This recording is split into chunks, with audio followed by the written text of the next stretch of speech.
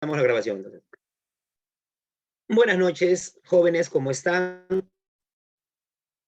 Estamos en vivo, miércoles 10 de agosto ya, de 2022. Mi nombre es Alexander Villalobos, bienvenidos al curso de literatura. Buenas noches, Angie, Lady, Valerie, me gusta tu nombre, Valerie, Gilmar, Buenas noches, profesor. ¿cómo estás? Xiomara, ¿no? Bruno, Karim Buenas noches, Lucero profesor. Raimundo, ¿cómo estás? Natalie, Viviana, Bien, profe. aparece. Ay, amor. Esa es la actitud. Tenemos que estar bien, tenemos que estar felices. André también, ahí nos saluda en el chat. Ya saben, pueden usar su chat, su micro, como se sientan ustedes más cómodos, ¿ya? Vamos a, ¿cómo estás, Matías? Vamos a revisar el tema de géneros literarios. Las diapositivas son para ustedes, pero igual podemos darla con la pizarrita virtual si fuese necesario, ¿ya? Empecemos entonces porque ya sabes que el tiempo, ¿cómo estás, Elías Trujillo? El tiempo en televisión es cruel. A lo largo de la historia se han publicado muchas obras, así como las que tú ves aquí detrás.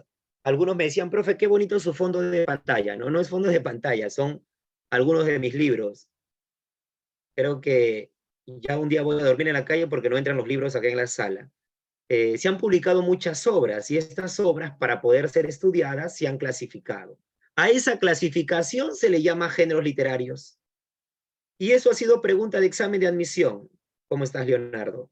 Eso ha sido pregunta de examen de admisión. ¿Qué son los géneros literarios? Son formas institucionalizadas en las que se clasifican las obras, tomando en cuenta que rasgos comunes como la estructura, es decir, la forma, la parte externa de la obra, y el contenido, es decir, el argumento, es decir, el fondo, por ejemplo. Por ejemplo.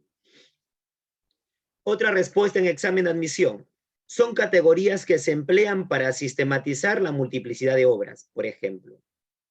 Profesor, ¿y quién fue el primero en teorizar acerca de los géneros literarios? Ese fue el papá Aristóteles. Aristóteles. En su obra poética. Y luego lo hizo el poeta latino Horacio. Luego lo hizo el poeta latino Horacio. Y ya nosotros hemos agrupado, hemos clasificado los géneros, por ejemplo, género épico narrativo. Así, compuesto, un solo tronco común. El épico narrativo, un solo tronco común. Uno es el género propio, el subgénero épico. ¿Y por qué se caracteriza en general el género épico narrativo? La palabra o la expresión, la palabra compuesta épico, la palabra épico viene del término epos. Y epos significa narración. Es decir, que tanto el género épico como el género narrativo narran, cuentan una historia. Pero obviamente se van a diferenciar, ¿no? El género épico es el más antiguo, es el que surgió en la Edad Antigua, en Grecia, y se caracteriza porque narra en verso. Se caracteriza porque narra en verso. Y lo demás lo comparte con el género narrativo, por ser narrativo, por ser objetivo, y porque describe lugares, objetos y personajes. Los géneros tienen a su vez especies literarias que se diferencian. Por ejemplo, la epopeya en la Edad Antigua, el cantar de gesta en la Edad Media y el poema épico heroico durante el Renacimiento. Profesor Alexander, ¿y puede definir, colocar ejemplos de cada uno de ellos? Por supuesto, mira acá. La epopeya es la especie épica más antigua en el mundo de Occidente. Recuerda que nosotros revisamos la literatura de Occidente. Existe también la literatura de Oriente, que es más antigua. La epopeya surgió en la Edad Antigua, pero ¿cómo reconozco que una obra pertenece a la epopeya? Porque narra hazañas de un héroe importante para un pueblo o un grupo. Por ejemplo, en Ilíada, Aquiles. En Odisea, Odiseo o Ulises. En Eneida, Eneas. En Divina Comedia, Dante. Exalta y narra hazañas de un héroe o de un pueblo como Ilión, como Ítaca, o como Lacio o Cartago.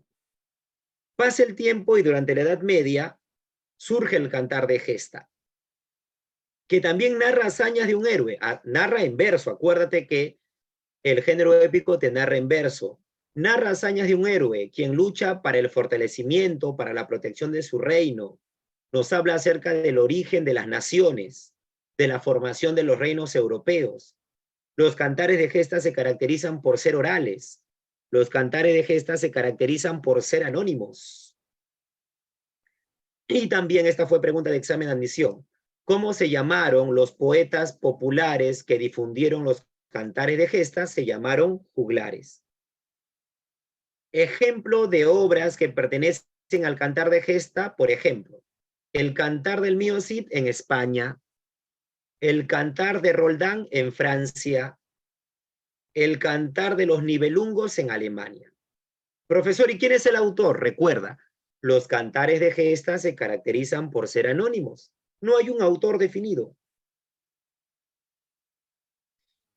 Pasa el tiempo y los escritores crean el poema épico o heroico. Surgió durante el Renacimiento, es decir, Edad Moderna, Renacimiento siglo XVI, y se caracteriza por ser más culto que la epopeya, pero más breve, de menor extensión, de menor fantasía. Más culto que la epopeya, pero de menor extensión y fantasía. Por ejemplo, Orlando Furioso, de Ludovico Ariosto. Jerusalén Libertada, de Torcuato Tasso. Cristiada, de Fray Diego de Ojeda. Y La Araucana, de Alonso de Ercilla, por ejemplo. Y La Araucana, de Alonso de Ercilla. Y de esta manera ya completamos las 3 especies del género épico propiamente dicho. Pero nos falta la otra parte, que es el género narrativo. Y también surgió en la Edad Moderna. Es decir, el género épico narrativo son hermanitos, sino que el épico es el más antiguo y el narrativo es el moderno. Por eso hemos puesto que el género narrativo es la versión moderna del género épico. Pero ¿cuál sería la diferencia muy aparte del tiempo? Que el género épico te narraba en verso, en cambio el género narrativo te narra en prosa. La historia que te narra te la cuenta en prosa. Todo lo demás es igualito que su hermano antiguo, narrativo, objetivo, describe lugares, objetos y personajes. Todo lo demás es igual. El género narrativo te narra en prosa. Todo lo demás es igual. Es narrativo, es objetivo, describe lugares y objetos y personajes.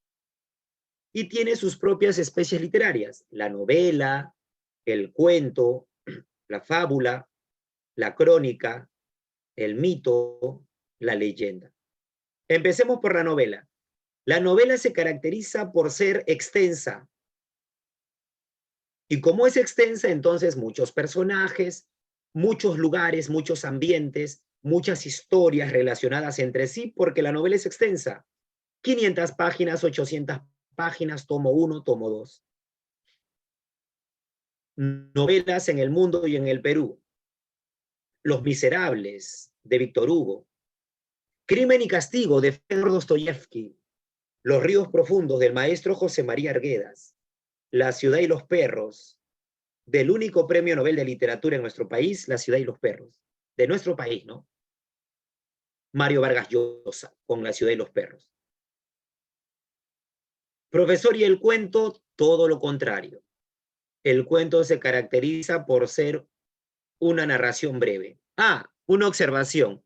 Si bien es cierto, las novelas generalmente son extensas, existen excepciones de novelas cortas.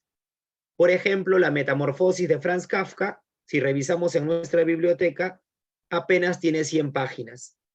Es una novela corta. Es una novela corta. Existen excepciones, ya existen excepciones. Pero por lo general la novela es extensa. El cuento sí tiene una estructura, una narración breve. Como es breve, pocos personajes, pocos ambientes, un solo tema. Ejemplo de cuentos en el mundo y en el Perú. Ficciones, de Jorge Luis Borges. Los funerales de la mamá grande, del colombiano Gabriel García Márquez. El Caballero Carmelo, del iqueño Abraham Valeromar. Los gallinazos sin plumas, del mejor cuentista peruano, Julio Ramón Ribeiro. Y ahí tenemos la novela que se opone al cuento o el cuento que se opone a la novela. La fábula también es antigua.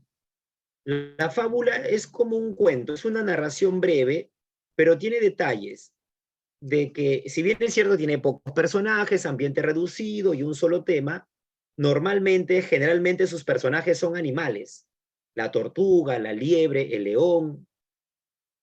Sus personajes son animales. La mona. No, las tradiciones peruanas pertenecen a la, Bruno, las tradiciones peruanas pertenecen a la especie narrativa conocida como justamente tradición. La tradición es una especie narrativa. Pero la fábula se caracteriza porque al final nos deja una moraleja o enseñanza moral. Además que tiene una finalidad didáctica. ¿Alguno de ustedes recuerda por colegio cómo se llamó el escritor griego que inventó la fábula en el mundo de Occidente? ¿Cómo se llamó el autor que inventó la fábula en el mundo? Muy bien, ¿no? Esopo. Todos hemos leído una fábula de niños o nuestra profesora, nuestros padres nos han leído una fábula. Las fábulas fueron inventadas por Esopo. Y no solamente eran textos, sino que lo acompañaba de figuras. Sí, Esopo. Ahí tenemos fábulas, fábulas clásicas, fábulas literarias. Incluso María Melgar, el escritor arequipeño, el creador de los yarabíes, compuso también fábulas con una intención política como El cantero y el asno.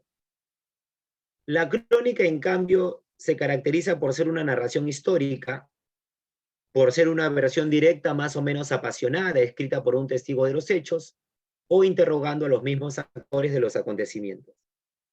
Ahí tenemos algunos ejemplos de crónicas del Perú, como el señorío de los incas, suma y narración incas. Allá, Manuel, levantaste la mano, te escucho. Listo, profesor. Una consulta. ¿Cuál es el género más antiguo? Creo que vino en pregunta de admisión hace tiempo. No me acuerdo cómo es la El género pregunta, más pero... antiguo. Ajá. Sí, el género más antiguo sería el género épico y lírico. El épico, mira, Justamente, género literario, mira, el épico, género literario más antiguo en el mundo de Occidente. no sería el épico, porque justamente vinieron épico y lírico. Claro, sería el épico, Y, mira. Épico, mira. Género literario más antiguo en el mundo de Occidente. Épico. Primero se listo, narró profesor. y luego ya fue la lírica, que es la poesía. Muy bien. Está bonita la pregunta. El épico. Entonces la crónica tenemos, por ejemplo, Nueva Crónica y Buen Gobierno. Tenemos Nueva Crónica y Buen Gobierno de Guamán Poma de Ayala, el cronista indio. Pero también tenemos comentarios reales de los incas, del Inca Garcilaso de la Vega, el cronista mestizo. Y también tenemos el mito y la leyenda.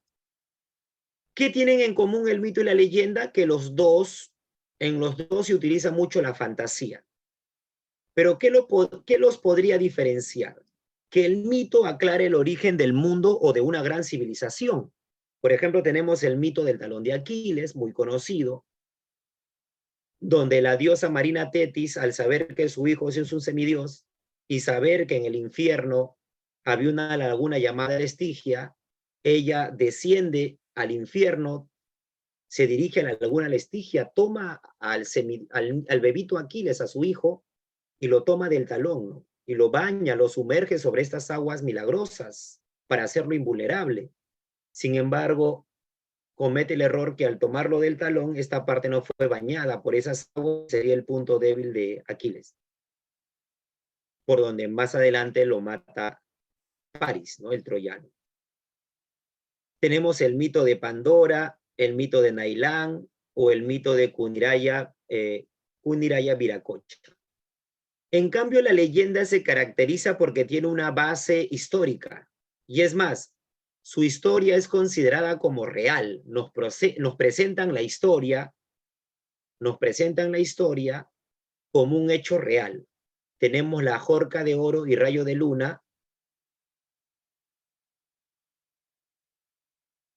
¿No viste o no lo leíste? Las obras literarias, en este caso, se leen.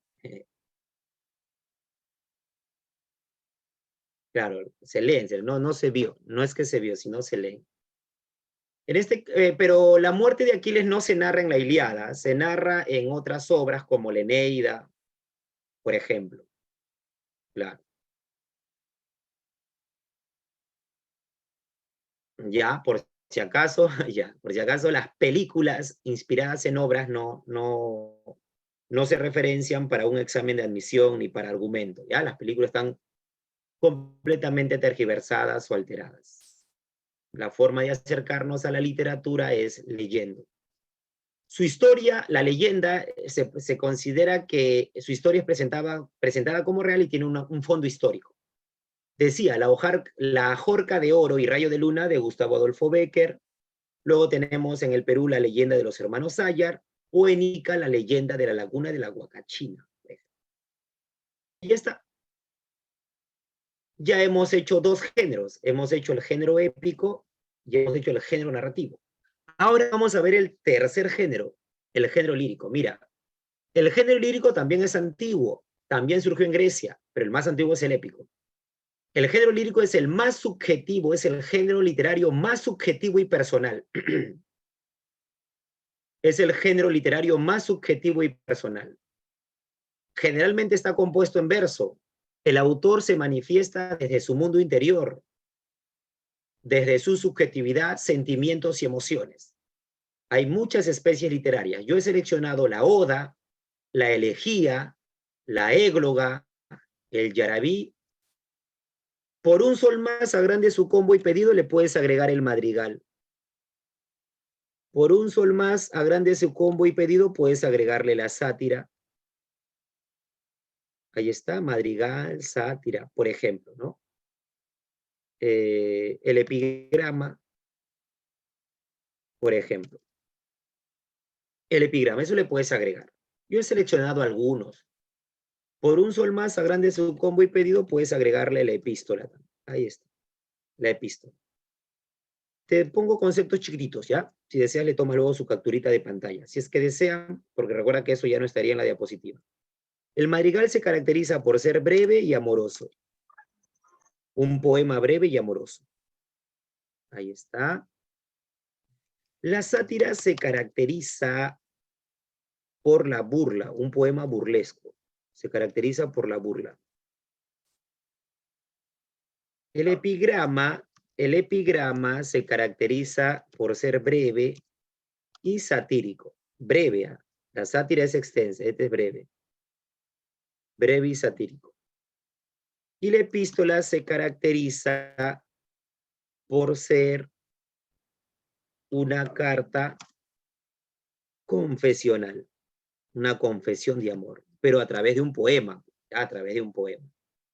Ahí está, por un sol más a grande. Si quieres, tómale capturita de pantalla para que no lo pierdas, ¿ya? Madrigal, te ha agregado masa, te ha agregado madrigal. ¿Qué significa satírico, mejor dicho? Me olvidé. Satírico es que es burlón. Por ejemplo, hay un poema, una sátira donde Quevedo se burla de Góngora, se burla de la nariz de Góngora y dice, érase un hombre a una nariz pegado, érase una nariz superlativa, érase una alquitara medio viva, érase un pez espada, érase una pirámide de Egipto, érase 12 tribus de narices érase un elefante boca arriba y con la trompa estirada. Como ves, se burla, ¿no? Lo que hace es burlarse. Profesor, a ver si entendí. La oda es tipo admiración, ¿cierto? Admiración. La La elegía oda también. todavía no lo explico. Ahorita lo voy a explicar. No, profesor, pero está bien Solo, lo que le digo. La oda es sí, admiración, la elegía es dolor y la égloga es como sentimiento, amor, algo así. sí, pero por pastores, muy bien, Por vinculados pastores, al campo. claro. Sí, sí, sí, sí. Muy bien, está muy bien. Ya está, si desean le toman capturita a eso adicional, porque obviamente eso sí se va a borrar. Ya está.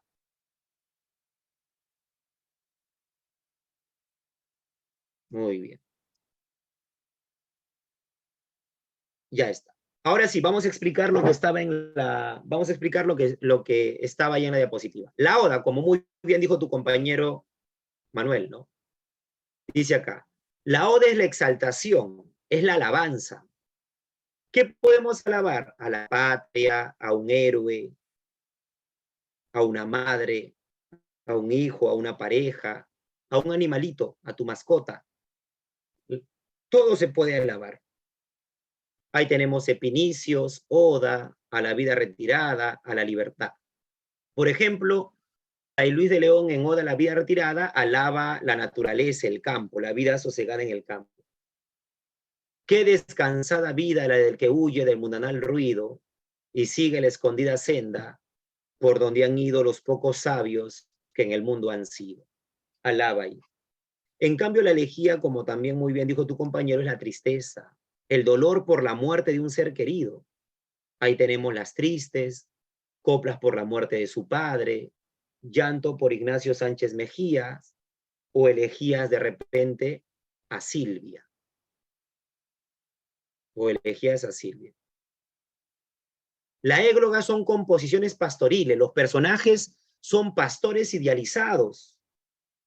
También se idealiza el campo, la naturaleza. Y estos pastores lamentan sus penas amorosas. Ahí tenemos idilios, buscólicas o églogas. En las églogas tenemos al famoso Salicio Inemoroso. Salicio que sufre por su amada Galatea, quien es fría, indiferente, lo abandona, lo deja para irse con otro. Ya parece que se inspiró en Rodrigo Cuba, en Melisa, y dice, oh, más dura que mármol a mis quejas, y al encendido fuego en que me quemo, más helada que nieve Galatea, estoy muriendo y aún la vida temo, témola con razón, pues tú me dejas. Pero el otro pastor, su amigo, Nemoroso, también sufre por Elisa, por su amada. ¿Quién me dijera, Elisa, vida mía, cuando en aqueste valle al fresco viento andábamos cogiendo tiernas flores, venir el triste y solitario día que diese amargo fin a mis amores? Que diese amargo fin a mis amores. Sufren. El yarabí fue creado por Mariano Melgar, por el poeta peruano. El yarabí es un invento de Melgar, es un aporte de Melgar para el mundo. Es una creación original, es una especie lírica original. Mezcla la poesía popular, es decir, que la base es el aragua y quechua, difundido por los arabicus en el pasado, y Melgar le da forma culta. Fue pregunta de examen de admisión. ¿Cuáles son los temas recurrentes en un yarabí melgariano, por ejemplo? El amor inconstante, el dolor por la ausencia de la amada, la angustia por el ser querido. Y ahí tenemos los yarabíes de Mariano Melgar. Vuelve que ya no puedo vivir sin tus cariños. Vuelve mi palomita, vuelve a tu dulce nido. Mira que hay cazadores que con intento inicuo te podrán en sus redes mortales atractivos, y cuando te hagan presa te darán cruel martirio. No sean que te casen, huye de tanto peligro. Vuelve mi palomita, vuelve a tu dulce nido. Ya que va a volver ya. Y ahí está, ahí tenemos el género lírico, ¿no? Ahora vamos a revisar el género dramático, que se vincula con el teatro. También surgió en Grecia, se expresa a través del teatro. Las obras del género dramático representan acciones en un escenario teatral. Se caracterizan por dos elementos, por los diálogos y movimientos de los personajes, además por la ausencia del autor. Él no participa de la historia. Ahí te he puesto la tragedia, que es la más antigua de las especies dramáticas, la comedia, el drama, el auto sacramental. Vamos a desarrollar cada uno de ellos. La tragedia se caracteriza porque surgió en la Edad Antigua. La tragedia se caracteriza porque te desarrolla hechos funestos y su final es infeliz. A veces hay hasta muerte, en la ficción, claro. Aquí te he puesto ejemplos como Orestiada de Esquilo, donde Clitemnestra mata al rey Agamenón, y luego Orestes mata a su madre Clitemnestra, y luego las erinias quieren matar a Orestes. En Edipo Rey, ¿no? Imagínate el vaticinio Imagínate lo que le vaticina el oráculo. Matarás a tu padre y te involucrarás con tu propia madre, ¿no? En Romeo y Julieta, las muertes que se presentan en la obra y suicidios, en bodas de sangre, ¿no? La novia, después de casarse con el novio, decide huir con su amante, con su ex, con Leonardo. La comedia es todo lo contrario. Se caracteriza por ser satírico, burlón, porque ahora te representa hechos alegres, hechos jocosos, personajes exagerados y ridiculizados. Y su final es feliz, además de ser moralizador. Ahí te he puesto Las nubes de Aristófanes, El avaro de Molière, y también obras peruanas como Frutos de la educación, también la obra Ñacatita del padre del teatro peruano, que es Manuel Asensio Segura. El drama ya no fue creado por los griegos. El drama fue creado por el escritor, por el dramaturgo español Lope de Vega, durante la Edad Moderna, es decir, siglo XVI, XVII. El drama es la especie que mejor representa la vida del ser humano, porque combina la tragedia, que son hechos lamentables, tristes, con la comedia, que son hechos felices. Y la vida del ser humano tiene esa combinación, ¿no? Nuestra vida no es completamente una tragedia. Tampoco nuestra vida es completamente una comedia. La vida es una combinación de momentos alegres con momentos tristes, de momentos tristes con momentos alegres. El final de un drama es feliz. Ahí recordemos Fuente Ovejuna, de Lope de Vega, La vida es sueño, de Calderón de la Barca, La tempestad, de William Shakespeare, Ollantay, que es anónimo. El final siempre es feliz. Y por un sol más, a grande su combo pedido, te he puesto El auto sacramental, que es una pieza dramática breve, bíblica, con personajes alegóricos, de tendencia religiosa y filosófica, pero no muy creíble, es decir, que es inverosímil. Lo verosímil es lo creíble, lo inverosímil es lo más fantasioso. Un gran difusor de autos sacramentales fue el dramaturgo español Calderón de la Barca, el autor de La vida es sueño. Por ejemplo, ahí tenemos el gran teatro del mundo y también tenemos el gran mercado del mundo, el divino Orfeo o los Reyes Magos. Y está, ya tenemos un primer temita desarrollado. Pero aquí en la institución siempre estamos nosotros exigiéndote al máximo. Así que vamos a ver, vamos a desarrollar un siguiente tema, ¿ya? Para que tu preparación sea completa y podamos garantizar tu ingreso en la universidad. A ver, ahora te voy a compartir pantallita. Luego también va a haber un momento para las preguntas, aquí es tu momento. A ver. Tú me dices cuando ya se ve el siguiente tema. Figuras literarias. Ahí estoy poniendo en modo de presentación. Tú me dices si ya se ve. Sabes que a veces la tecnología falla un poquito. De repente yo lo puedo ver y tú no. Sí se ve, ya está. Muy bien, Fabricio. Yaneli. Ahí está Yaneli, Fabricio. Majo Montalvo. Ya está. Figuras literarias. Las figuras literarias son recursos estilísticos utilizados por el escritor. ¿Para qué? Para embellecer el lenguaje de su obra, de una novela, de un cuento, de un poema. Pero no solamente se usa para la poesía, se usa en cualquier obra literaria. ¿Sí? Las figuras literarias lo vamos a usar en cualquier obra literaria.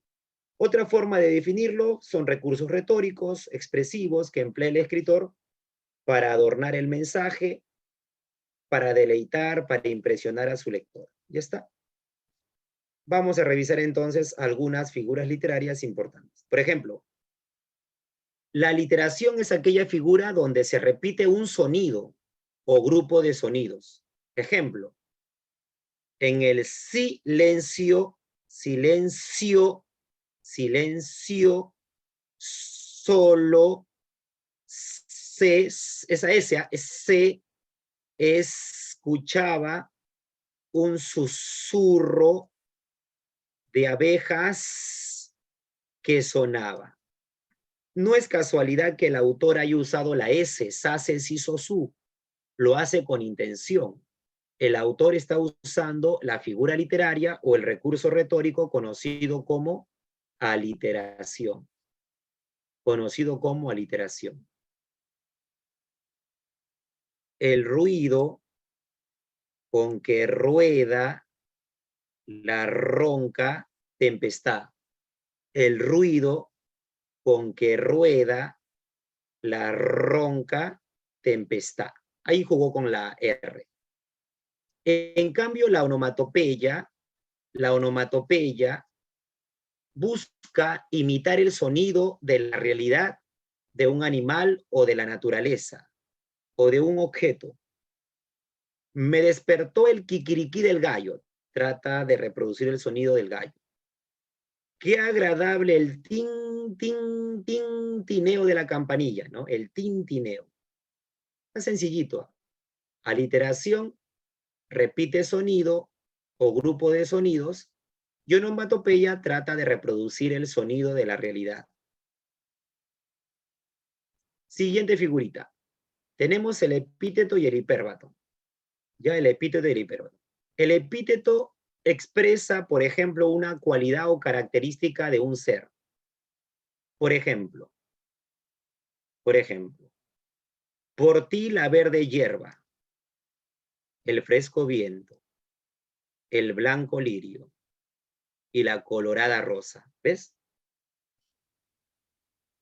Blanco, blanco, tu ardiente fuego y frío hielo. El fuego se caracteriza por ser ardiente y el hielo se caracteriza por ser frío.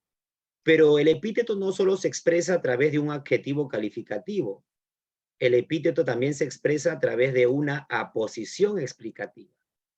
Aquiles, el de los pies ligeros. Héctor, el de tremolante casco. Héctor, el del tremolante casco.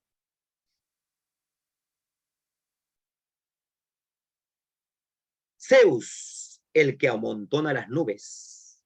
Atenea, la de los ojos de lechuza, por ejemplo. Y así es infinito. En cambio, el hipérbato, cuando usamos el hipérbato o cuando un escritor usa el hipérbato, es porque ha alterado el orden sintáctico convencional del verso o de la oración. ¿Cuál es el orden? Sujeto más verbo conjugado más complemento. Pero el autor decide alterarlo. Primero pone el complemento, por ejemplo, complemento, y luego puede poner el sujeto o el verbo. Digamos sujeto y luego el verbo conjugado. Cuando el escritor hace eso, lo hace adrede. El complemento que debe estar al final, en un orden convencional, decide colocarlo al principio con intención, ¿verdad? Siempre tiene una intencionalidad. Si eso ocurre, el autor está haciendo uso justamente de la figura literaria conocida como hipérbato. Ejemplo. De verdes sauces hay una espesura. Ahí está con hipérbato. ¿Cómo sería en forma ordenada? Por ejemplo, sería hay, sin hipérbato, ¿ah? Para que lo veas. Hay una espesura de sauces verdes. Primero sustantivo y luego adjetivo. De sauces verdes. Ahí está.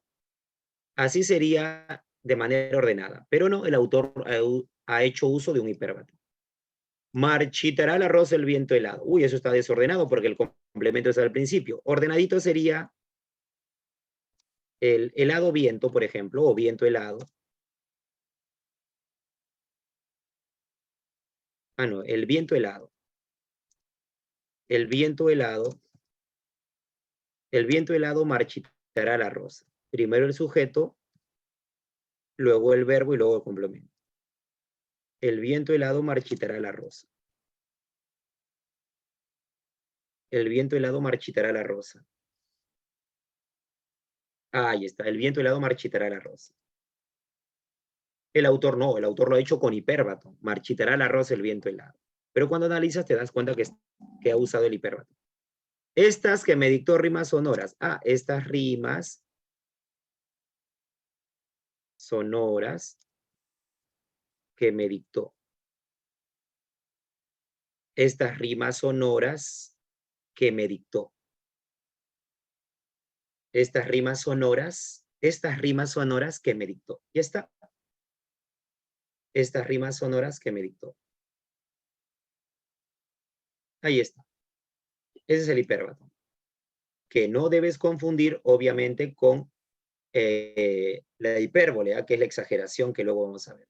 La anáfora es una de las figuras más sencillitas, porque consiste en la repetición de una o más palabras al principio del verso o de una oración o enunciado. Temprano levantó la muerte el vuelo. Temprano levantó la madrugada. Temprano está rodando por el suelo. Hora de la nostalgia. Hora de la alegría. Hora de la soledad. Hora mía entre todas. Pero no necesariamente deben haber dos enunciados, dos versos. Puede ser en una sola línea. Si en un examen de admisión me ponen hora de la nostalgia, coma, hora de la alegría, ahí también habría anáfora. Ya no hay que mecanizarnos que es uno debajo de otro. Puede ser en una sola línea. Por eso dice al principio de cada verso u oración, o puede ser también una proposición o frase. Hay que tener cuidado con ello, ¿ya? Si la pregunta es muy rebuscada. Y la epífora, mira, mientras que la anáfora es la repetición al principio, o en un mismo enunciado, la epífora es la repetición al final. Empieza el llanto de la guitarra. Es inútil callarla. Es imposible callarla. No hace falta que en los 3 versos esté la palabra callarla, basta con 2, se repite al final. La virtud que tiene por remate el vicio. No es virtud, sino vicio. Ahí se repite la palabra vicio al final. La anáfora al principio y la epífora al final.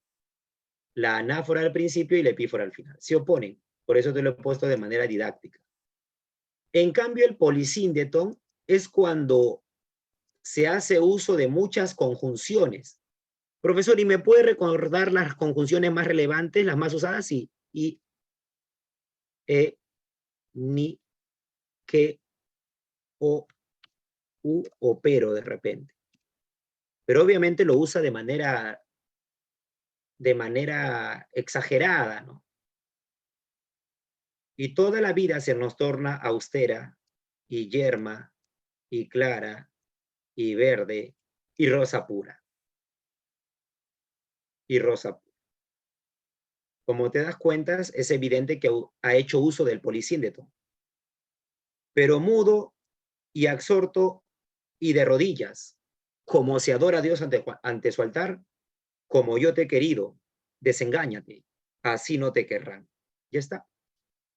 Mientras que poli significa varias, síndeton conjunciones, asíndeton es un prefijo de negación. Significa sin conjunciones, pero en su lugar le dejamos las comas. Muchas comas. Mira aquí. Al fin era dejado con su esposa, dulce, pura, hermosa, sabia, honesta. Es decir, que para no decir y dulce, y pura, y hermosa, y sabia, y honesta, usamos las comas. Las conjunciones las reemplazamos por las comas. Son estilos, el escritor lo decide, tú como escritor lo decides. Los niños de blanco juegan para no decir y chillan, y juegan, y chillan, y sudan, y llegan, solo usamos la coma. Chillan, coma, sudan, coma, ya está. Esas comas reemplazan a la I. Esas comas reemplazan a la I. Nada más. Polisíndeto se opone a la síndeto. Poli, varias conjunciones, muchas conjunciones. En el asíndeto, 0 conjunciones. En su lugar se deja la coma. En su lugar se deja la coma. También tenemos la elixis y el pleonasmo. La elixis es la supresión de los sonidos. La supresión. Por ejemplo, dice acá, suprimo los sonidos o las palabras, perdón, suprimo uno más palabras y en su lugar le dejo la coma. Voy a encerrar en circulito esta coma. Mira aquí.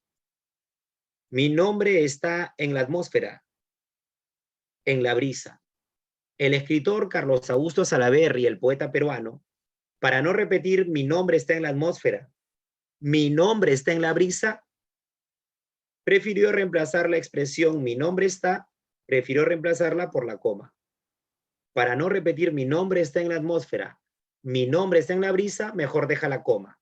Y ya omitió mi nombre está en la brisa, mi nombre está. Ese es un elixis. Otro caso de elixis. Lo bueno, si breve, 2 veces bueno. Lo bueno, si breve, 2 veces bueno. Y aún lo malo, si poco, no tan malo. Ahí nos tenemos que dar cuenta que el verbo omitido sería es. Lo bueno, si es breve, es 2 veces bueno. Y aún lo malo, si es poco, no es tan malo. Y aún lo malo, si es poco, no es tan malo. Ahí la coma reemplaza al verbo omitido que sería es. En cambio, el pleonasmo es lo que tú y yo conocemos como redundancia. El pleonasmo es lo que tú y yo conocemos como redundancia. Sube para arriba, baja para abajo, entra para adentro. Sino que en literatura se hace con intención, no por ignorancia, que es diferente. Lo vi con mis propios ojos, redundancia. Ahora duerme el sueño de los justos, redundancia. La besé con mis labios, redundancia. Pleonasmo, pleonasmo. Redundancia o pleonasmo. En literatura se hace con intención. Ya, en cambio, el cobrador de combi ya sube para arriba, baja para abajo, lo hace por desconocimiento. Es diferente, es diferente. También tenemos la hipérbole, que es la exageración. Lo que te dije, ¿no? Érase un hombre a una nariz pegado. Érase una nariz superlativa. Eso es exagerado. Más helada que nieve galatea. Estoy muriendo y aún la vida temo. Témola con razón, pues tú me dejas. Qué exagerado ya. Ella lo deja y ya quiere morirse. El símil más bien sería la comparación explícita, con nexos como cual, como, cual, tal o parece. Esta es una comparación evidente, mira acá. En la mañana azul al despertar, sentí el canto de las olas como una melodía. Mariposa de sueño, te pareces a mi alma. Mariposa de sueño, te pareces a mi alma. Te pareces a mi alma. Ahí está. Se compara el canto de las olas con la melodía. Se compara a la persona con el alma. Mariposa de sueño, tú te pareces a mi alma. Comparación explícita. Y finalmente tenemos la metáfora. La metáfora simple y la metáfora compleja. Claro, en el examen de admisión marca solamente metáfora. Sea simple o compleja, se marca metáfora. La metáfora simple, como su nombre lo dice, es por una fórmula. A es B o A son B. Presente, pasado, futuro. También es como el símil. Y la poesía es un relámpago maravilloso. Es evidente. Nuestras vidas son los ríos. Es evidente. Que van a dar en la mar, que es el morir. Como te das cuenta, se compara un elemento A con un elemento B, un elemento A con un elemento B, un elemento C se compara con un elemento D. Es evidente, no hay que analizar nada más que marcar la clave. En cambio, en la metáfora compleja, ya no están los dos elementos, sino que han ocultado uno. Pero se puede deducir. Si yo digo la noche ha prendido sus claros diamantes, ¿a qué se refiere? A ver, escríbelo al chat. Si yo digo que la noche ha prendido sus claros diamantes, ¿a qué se refiere? La noche ha prendido sus claros diamantes. ¿A qué se refiere? A las estrellas. Si yo te digo las perlas que adornan tu boca, ¿a qué se refiere? ¿No? Las perlas que adornan tu boca. Ahí está. A ti que te dicen conejito, ya está. Si yo digo las perlas que adornan tu boca, ya tú que eres chimuelito, ahí está. Las perlas que adornan tu boca se refiere pues a los dientes, ¿no? Se deduce.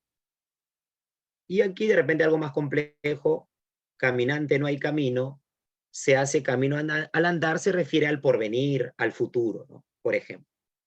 Sin embargo, en tu examen de admisión tú solo marcas metáforas, sino que aquí en la institución, por un tema de nivel académico, te lo descomponemos en metáfora simple y metáfora compleja para poder engreírte, ¿ya? Muy bien. Yo creo que con eso es suficiente. Incluso me he excedido porque en un examen de admisión te piden 4 o 5 figuras nada más. Sino que aquí siempre mantenemos el nivel académico de nuestros estudiantes de manera lo más elevado posible. Ya tratamos de darte un nivel superlativo para que marques diferencia respecto a tu competencia.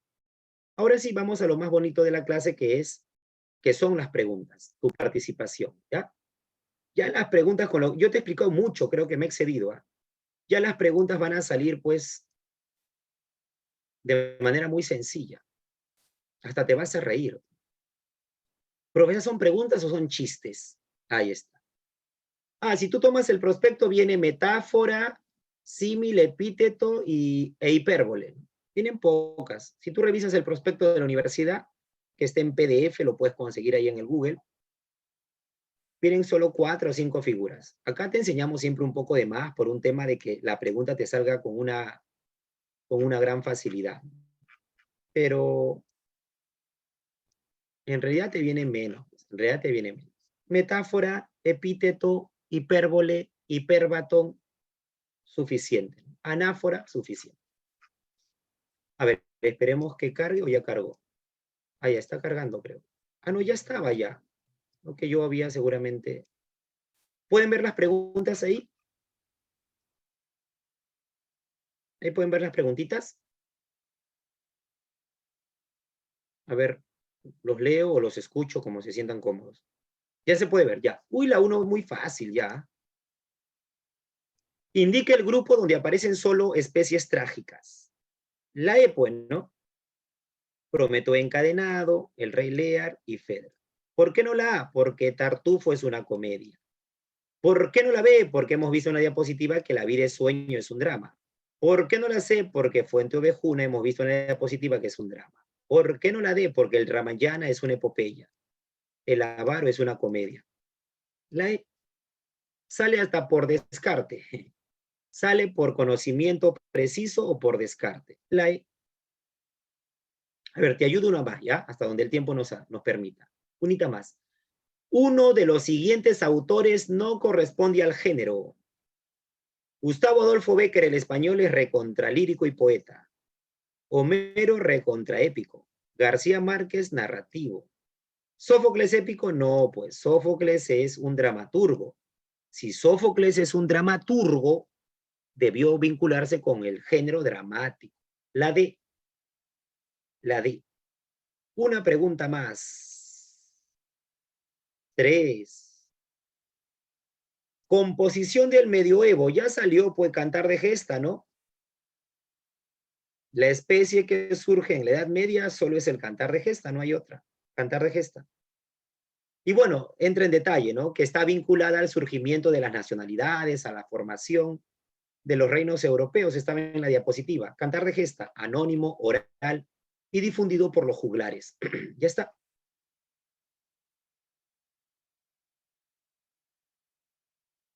Especie dramática vinculada con el dios Dionisio, tragedia. La tragedia está vinculada al dios Dionisio, al dios Baco, al dios del vino, al dios de la vegetación. La tragedia surgió justamente en alabanza al dios Dionisio, y el teatro también. Tragedia. Especie narrativa que utiliza la ficción, pero generalmente con base histórica. La leyenda. ¿Te acuerdas que la leyenda tiene base histórica y presenta la historia como un hecho real? Ahí está la leyenda. La leyenda de los hermanos Sayar o la laguna de la Huacachina, ¿no? Nos presenta como un hecho real. La leyenda, muy bien. Ni siquiera hay mito como para que te confunda. Leyenda. El madrigal yo te lo puse en la pizarra, encima de la diapositiva. El madrigal se caracterizaba por ser breve y por ser amoroso. La E. El madrigal se caracterizaba por ser breve y por ser amoroso. La E. A ver, vamos a seguir ayudando. ¿Ya? Figura literaria, también usted me ha explicado, profesor, y ya te he explicado dos temas. ¿Ah? El género, mira, en una hora toda la magia que hemos hecho. Los géneros literarios y las figuras literarias. Uy, tan más sencillo. Voy por tu... Uy, todo esto se repite al inicio. Anáfora.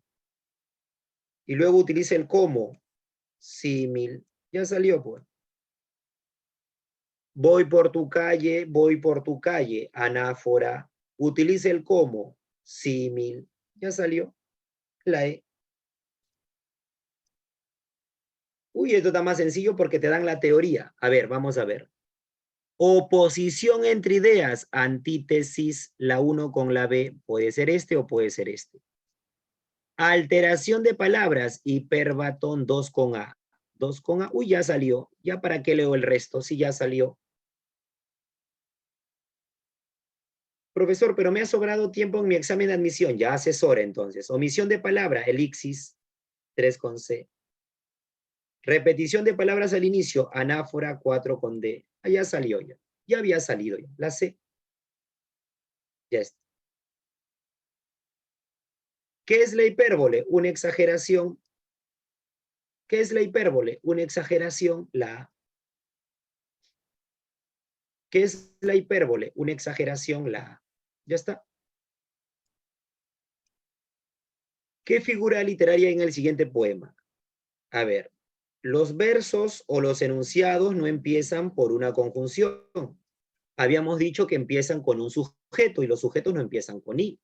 Entonces ahí ya me voy dando cuenta que el verso, el autor José María Eguren ha desordenado los versos, adrede, ¿no? Porque está usando una figura literaria. ¿Y cómo se llama la figura literaria donde yo altero el orden sintáctico del verso, de la oración, del enunciado? ¿Te acuerdas? ¿Cómo se llama? Hipérbaton, muy bien. Se llama hipérbaton. ¿Está? Angie, dime. ¿Levantaste la manito? Ya está. Sería hipérbaton, ¿verdad? Ahí está.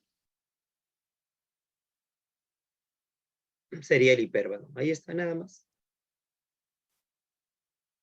11. El género lírico. Ah, ya, no te preocupes. A mí también me pasa que a veces me muteo, a veces activo micro también innecesariamente. El género lírico expresa la emoción personal y en la diapositiva habíamos explicado también que es el más subjetivo, personal e íntimo. La E. El género lírico es el más subjetivo, el más personal, el más íntimo, el que expresa la subjetividad del autor. Surgió en Grecia también, ¿no? La E. Profe, una preguntita más, por supuesto, todo lo que se pueda. Uy, está muy sencillo, ¿eh? Verde, verde, verde, verde. Si se repite al inicio, ¿cómo se llama? Anáfora, profe. Anáfora, marco así, nada más. Como te digo, yo te he explicado de más, yo les he explicado más figuras. De repente me excedí, pero aquí sí, aquí vas a, en la medida que nos vayamos conociendo, vas a ver que nos apasiona la literatura, así que siempre te vamos a dar un poquito de más para que saques ventaja respecto a tu competencia. Mira acá. Sus cabellos, su frente, sus cejas, sus ojos. Se repite la palabra, ¿te acuerdas? Y acá también. Acá dice son. ¿Te acuerdas que había un esquema A, son, B? B. ¿Cuál podría ser? A ver. Se repite su. Anáfora. Anáfora. Su. ¿Y A son B qué era? A es B, A son B qué era. Metáfora. Metáfora. Ya está. Se marca eso. Metáfora. Metáfora. A son B, A es B. La B. Metáfora y anáfora. No dice respectivamente. No dice respectivamente. Así que el orden no importa. Ya está. A ver, una preguntita más.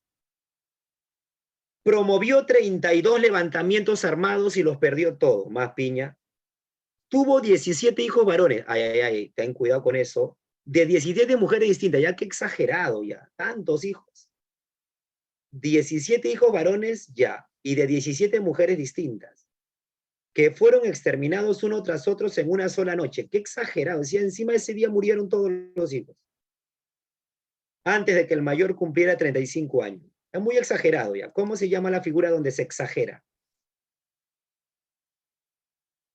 Anáfora. Anáfora. Exageración. ¿Cómo se llamaba donde se exagera? Hipérbole. Hipérbole. Hipérbole, ya está, marcamos eso. Muy exagerado ya. 17 hijos te acepto, 17 mujeres distintas ya, y todos murieron esa misma noche, ya muy exagerado el texto. Hipérbole. Gabriel García Márquez obviamente que lo hace adrede. Él sabe- Hipérbola. Hipérbole, muy bien, hipérbole. Hipérbole. Hipérbole, ya está, eso marcas. ¿Qué figura literaria predomina en esta oda? Indios que con espanto esclavos oprimidos, lo veo desordenado, ¿ah? Del cielo y de la tierra sin consuelo, cautivos habéis sido en vuestro suelo. Lo sigo viendo desordenado. Ya, pues ya salió ya. Si el verso adrede, con intención del autor, está desordenado, ¿cómo se llama? Cuando hay un desorden adrede, con intención. El escritor es culto igual que tú. El escritor, así como tú, sabe las figuras literarias. ¿Cómo se llama el verso cuando está desordenado? Anáfora. Hipérbato. Desordenado. Hipérbato. Claro, hipérbato, muy bien. Cuando hay desorden se llama hipérbato. Muy bien, ya está. La siguiente pregunta me gusta porque ya no es para marcar una clave, sino para redactar. A ver, ¿lo escriben en el chat o activan el micro? ¿Ah? En el primer ejemplo, en el A, ¿qué figura literaria se encuentra? A ver, dime, y yo lo escribo acá. Epíteto. Epíteto. ¿Dónde hay epíteto? La sangre roja, profe. Roja sangre. Claro, No, la esa es sangre se sangre. caracteriza por ser roja y la noche se caracteriza por ser oscura. La roja sangre envolvía su cuerpo y la oscura noche ocultaba su ser. Muy bien, epíteto, ya salió esa la clave. Bueno, si hubiese clave, acá no hay clave, sino que hay que escribirlo. En la B, ¿qué encuentran? Yo encuentro dos, a ver ustedes, aunque sea, díganme una. Con mi llorar las piedras se enternecen. Hipérbole. Exageración o Sí, sí, sí, sí, porque ¿cómo una piedra se va a enternecer? Y con tu llanto todavía ya está. Comita, hay una más. Hipérbato. Hipérbato. Porque ¿cómo sería el verso ordenado? Las piedras enternecen con mi llorar. Ahí está. Las piedras se enternecen con mi llorar. Muy bien. Hay dos figuras. En un verso pueden haber 2, 3, 4, 5 figuras. Ya está. Yo escribiría eso. Si hubiesen clave, yo marcaría eso. Busco una que tenga hipérbole. A ver, la C. La C creo que tiene la diapositiva. Yo lo expliqué. Nuestras vidas son los ríos que van a dar en la mar, que es el mundo. ¿Cómo se llama? Metáfora. Metáfora. Ahí. Metáfora. Metáfora. Porque dice son y es, ¿no? Metáfora. Ya está, eso se marcaría en una clave. Si me diesen clave, yo marcaría eso. Se apagaron los faroles y se encendieron los grillos. Mira, apagar es opuesto a encender. ¿Cómo se llama esa figura? No está en la diapositiva, pero sí lo hemos hecho hace un momento en la pregunta. Antítesis. Antítesis, oposición. Antítesis, ¿ves? Cuando tú veas vida, muerte, día, noche, apagar, encender, olvidar, recordar, se llama antítesis. Ya está. ¿Y la E? ¿Y la E? ¿Cómo sería la E? A ver, ayúdame. Cuando... pero ahí ya... Polisíndeto. Mira, acá el cuando es uno y el I. Es evidente que usa mucho la I. El autor mucho usa la I. Polisíndeto. Las oraciones no empiezan con la palabra cuando. ¿Cómo se llama esa figura? Acá es polisíndeto. ¿Eh? Las oraciones empiezan con sujeto y ahí está empezando con el cuando. Hipérbato. Hipérbato, muy bien. En un examen de admisión busco polisíndeto y busco hipérbato. Nada más. Ya está. Está bonita ese tipo de ejercicios porque ya no es marcar una clave, sino reconocer de manera precisa cómo se llama la figura, entonces ya se trabajan otras capacidades. Bien, jóvenes, un gusto haber estado con ustedes. Las diapositivas son para ustedes, compartan las respuestas. Hemos hecho 2 temas, hemos resuelto, bueno, tú has resuelto, yo en realidad lo que he hecho es nada más colocar la clave que ustedes han resuelto. Que tengan una bonita noche, una bonita cena en compañía de su familia. Cuídense, nos vemos la otra semana. Hasta luego, profe. Hasta luego, Gracias, profe. cuídense mucho. Cuídense.